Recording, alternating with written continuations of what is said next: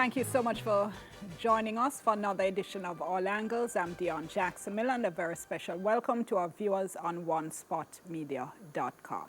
All right, let's go to our introduction, shall we?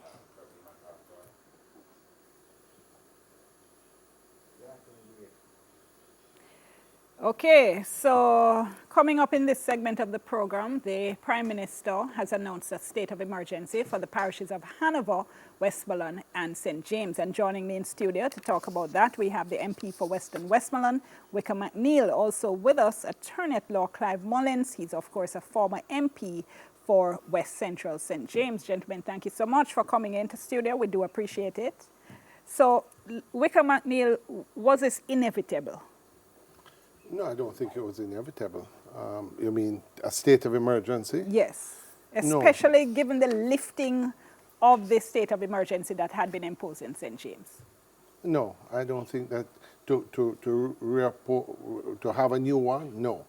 I think that the fact that you have had to reestablish a state of emergency in St. James really speaks to the problem we have in St. James, and for us to take sleep and mark death that the state of emergency is not resolving the problem of crime. What it's doing is suppressing the problem of crime. And if you don't do take into account the other measures that are necessary, then you're going to keep the state of emergency, but as soon as you take it off, but you've been balling for help. You as MP for Western Westmoreland. You've been talking about the crime. You've been talking about the murders. You've been balling for more intervention. Now you've got it. Absolutely. Don't get me wrong. Let me put it this way.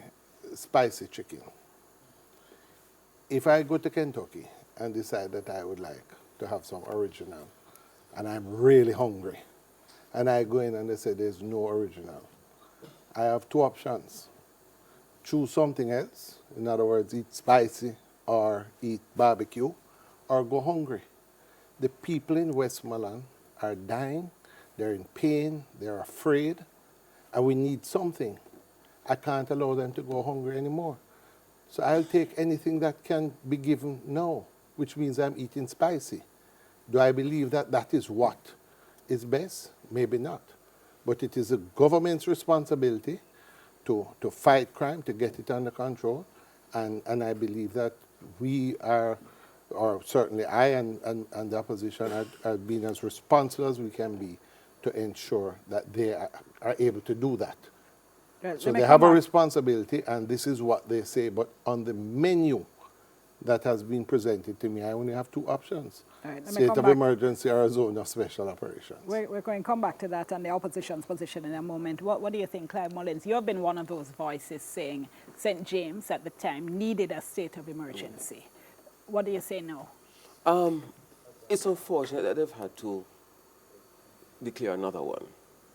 But I believe it was really inevitable, based on the fact that the security forces were still insistent that the other state of emergency should have been extended.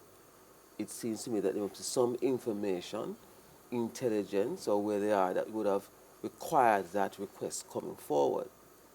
Having said that, I believe, though, that there were too many missteps in terms of matters of detention, the detention orders, and having those detentions heard by the appropriate committee under the regulations.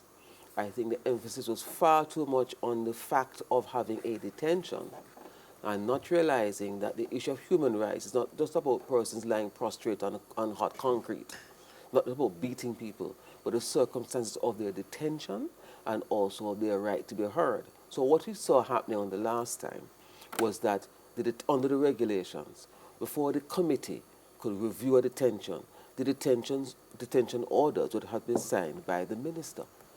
That wasn't in the main happening as fast as it should have. So that held that up and prevented persons from having their cases heard before the committee. Now, the fact is that a state of emergency is out of the ordinary. And it can only be called in certain circumstances, one of them being a threat to public safety. So the security forces now have to be held to account to say, listen, These are the facts. And you know, one of the important things about the state of emergency is the consultation and information sharing between government and opposition, which is why the safeguard is to have the participation for extensions of the members of parliament. Because there are some things, when there's a national emergency, which move beyond the pale of what you describe as maybe the politics of it or the narrow interests of it. I'm not sure that that took place before. Couple It of will things. take So you place said now. it's a state of emergency, something out of the ordinary. Yes. Can we still say that though? Because we now have Jamaicans all over Jamaica, let's be frank, calling for states of emergency, saying this is the only thing that's going to make us feel safe. Yes. Isn't it being normalized Yes. such that it's no longer seen as something out of the ordinary? It may not be seen as something out of the ordinary, but what informs it, it has to be certain factors that the security forces are saying, listen, we are in grave danger. And so there are persons who will argue that the shock effect isn't there. I'm not really too detained by that. What I'm detained by is what do you do with the state of emergency? What have you been able to do to stabilize the situation? And that later on you can investigate and do what is necessary.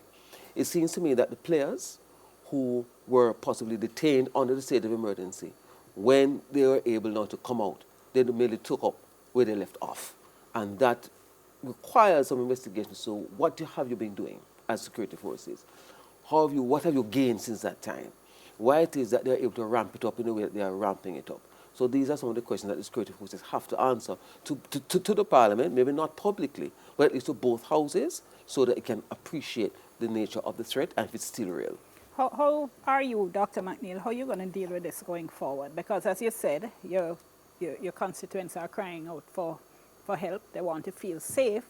But at the same time, you have the opposition saying, hold on, don't normalize this. It's an extraordinary measure. Jamaicans are saying, no, put it in place and don't lift it. Leave it alone. We want the soldiers here. We want the soldiers on our streets. So I agree with everything that was just said. And the point is this. You started the program by saying that I've been calling out for 2-3 years for a state, well, for something. I've been asking for increased police forces. I wanted social programs, more infrastructure, more cars, technology. I've been calling for these things now for nearly 3 years. Why is it that we had to wait till yesterday to get a state of emergency, to get the influx of all these soldiers and police? Why couldn't I have gotten that 6 months ago, a year ago, 2 years ago? Even without a state of emergency, if you had given me the security forces then, if you had given me the motor vehicles, and remember all the trouble we have had with the used cars and everything else, the CCTV, with the problems we're having in the CCTV in the grill not functioning, all of these things, nothing was really put in place in a serious way. And then you say, okay, we're going to resolve it with a state of emergency. My problem is, why was it that we were not able to do some of these things before now? Now, it seems, and I think what is happening to us, and what's happening, I think, to many Jamaicans, is that the only way you get a sustained police force and any real activity is by having a zone of special operations or a state of emergency. Norman policing seems to be a thing of the past. The Now, opposition personally, has I don't climbed agree on, with that. But the opposition But then has what climbed to onto do? the Zosa truck. But based on what evidence? I'm making the point that if you don't have ZOSO or state of emergency, you're going to go hungry because you're not. You have heard consistently, I've been on many programs just calling for just security. So now they have said we're having a state of emergency. So the general feeling is, yes, now we're going to get police, now we're going to get soldiers, now we'll get some cars, intelligence, all these things will come in place. All right, it's not a matter of me wanting that in the first place. It's that for 2-3 years I wasn't able to get it. But I need it. So I think we need to be careful how we put it. I've seen people who have said, well, is it that you're calling for a ZOSA state of emergency? I personally believe, and I think the opposition generally believes, that this could have been contained in different manners dealt with earlier, with a more strategic crime plan, with partnership, with everybody coming together. Now, what it seems is that the crime plan is to utilize states of emergency and so. We may not agree with it, but then government must be held responsible for keeping this country safe. Well, we're just about at the break, so let me take the break and then we'll come back. Remember, our hashtag is TVJ All Angles. We're talking about the state of emergency later in the program. Carnival will soon come.